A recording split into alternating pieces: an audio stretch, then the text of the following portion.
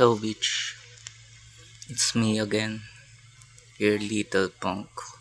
Anyway, guys, it's today,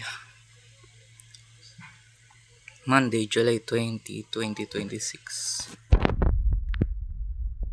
I just want to document something. And it feels not so great, very stupid and miserable. Nanood lang naman ako ng gusto ko panoorin, pero minsan na-uplift yung mood natin. Minsan, alam mo yung galit, yung bad mood, yung betrayal, yung sama ng buhay. Parang biglang dumilim yung kalangitan, biglang ang sama ng panahon. Ayun, pag pumangit yung mood mo, tapos naging violente yung pandama mo. Hindi ko alam kung overstimulated lang ako sa mga pinapanood ko or may na-recognize ako hindi maganda na sobrang nakakasigura sa pagkatao. Ang masasabi ko lang, gusto ko i-document yung feeling na to. Gusto kong sabihin na biggest failure yun sa system ko. As na medyo practical at technical yung mga nalalaman at digitalize yung pag-iisip. My first created thoughts is bakit nangyayari yun? Bakit nagka-crash bigla yung pandama ko? Bakit nagka-crash bigla yung mood ko? Parang hindi lang yun mood eh.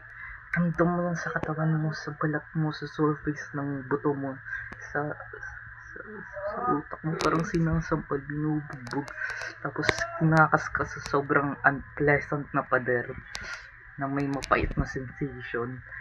Ano yung feeling? I mean, yung feeling na pagiging miserable at bad moods. Well, kahit iwasan ko, nangyayari eh. Minsan ganito yung mood ko, pero normal lang yung mga bagay, ginagawa ko ng normal yung mga bagay kahit ganito yung mood ko. Ano yung pakiramdam? Parang may ginawa akong matinding sala sa sarili ko, parang may ginawa akong matinding masamang bagay na hindi ko malaman sa sarili ko. Hindi ko maintindihan kung ano yung, it's kind of suffering. I don't know kung anong mental state yun, but I can recognize that is insanely shifting my reality to nightmare, and it increased my sanity. I'm talking about complicated and feeling of overwhelming and bad emotions. So yun lang guys, sana naiintindihan nyo kung bakit ako nag-vlog. Sobrang sama kasi hindi ko ma-handle ng ako lang yung feeling. Gusto ko may mapagsabihan ako. Hindi ko naman binabalak na ramdamin nyo rin yung pain na nararamdaman ko. Gusto ko lang i-monitor yung sarili ko at sabihin na ganito yung nararamdaman ko. Kailangan nyo ako tulungan guys. Hindi ko kasi alam kung sino o kung sinong maniniwala sa akin o kung anong kailangan ko gawin para lang tumigil yung masamang sensation ng pakiramdam sa loob ko. Ayun lang, maraming salamat sa mga panonood. Hindi to pagdadrama at hindi din to false or dreaming or deluding na content.